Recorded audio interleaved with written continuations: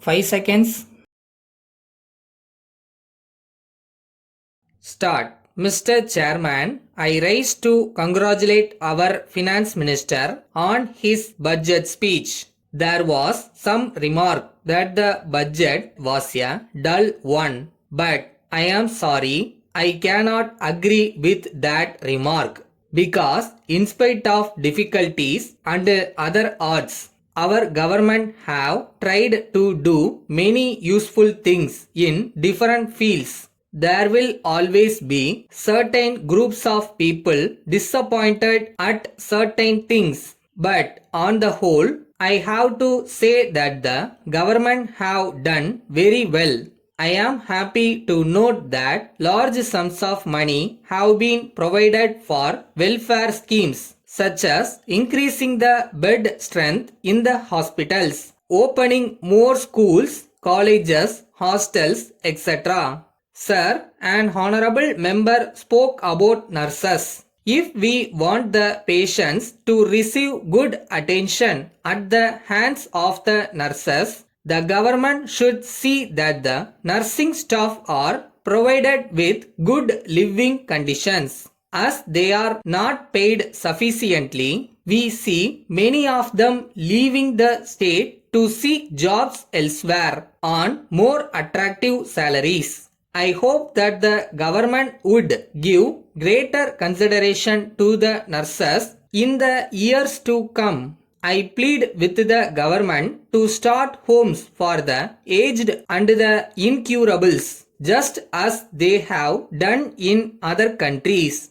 I am sure that there will be generous-minded citizens who will come forward to render help in this respect. The case of the aged and incurable certainly deserves better treatment at the hands of the government. I seek the support of all sections in this house to urge the government to start adequate number of homes for these miserable people. I consider it my duty to put forth the views of the millions of people living in cities. Hence, I request the government to give due attention to the city, especially in the matter of allocation of funds for development purposes. Generally, we talk of rural development.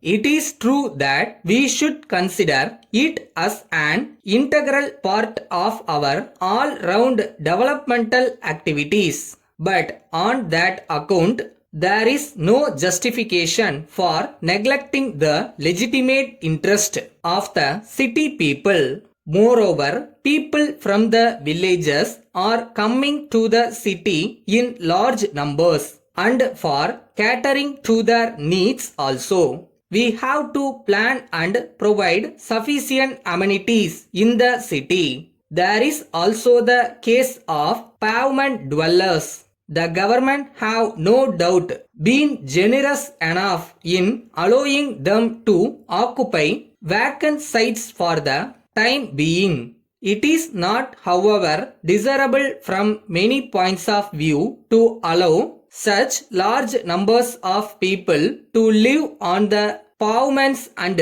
vacant sites for long periods. It will create many problems, and the government will find it very difficult to solve them later. If the present state of affairs is allowed to continue for too long. With these few words, I resume my seat with the hope that the government will carefully consider the few suggestions made by me on the budget proposals. Thank you.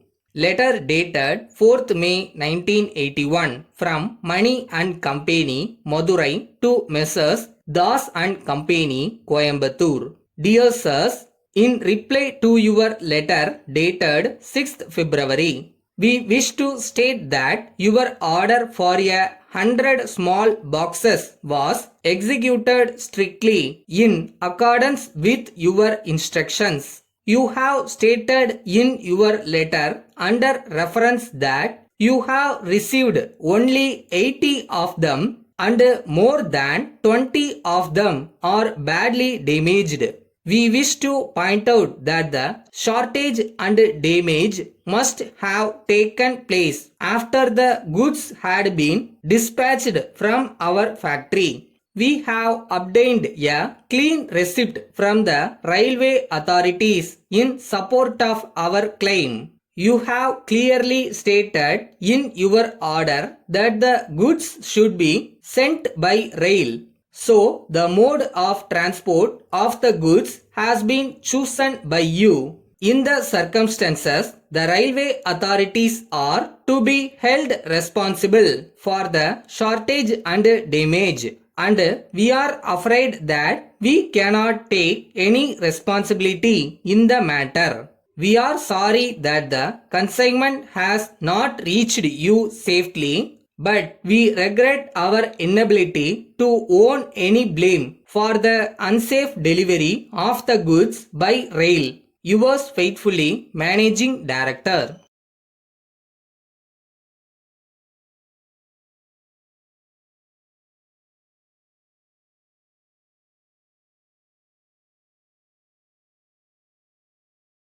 வாழ்க்கையில நம்ம என்ன believe பண்றோமோ அது நடக்கும். சில பேருக்கு உடனே நடக்கும், சில பேருக்கு டைம் எடுக்கும்.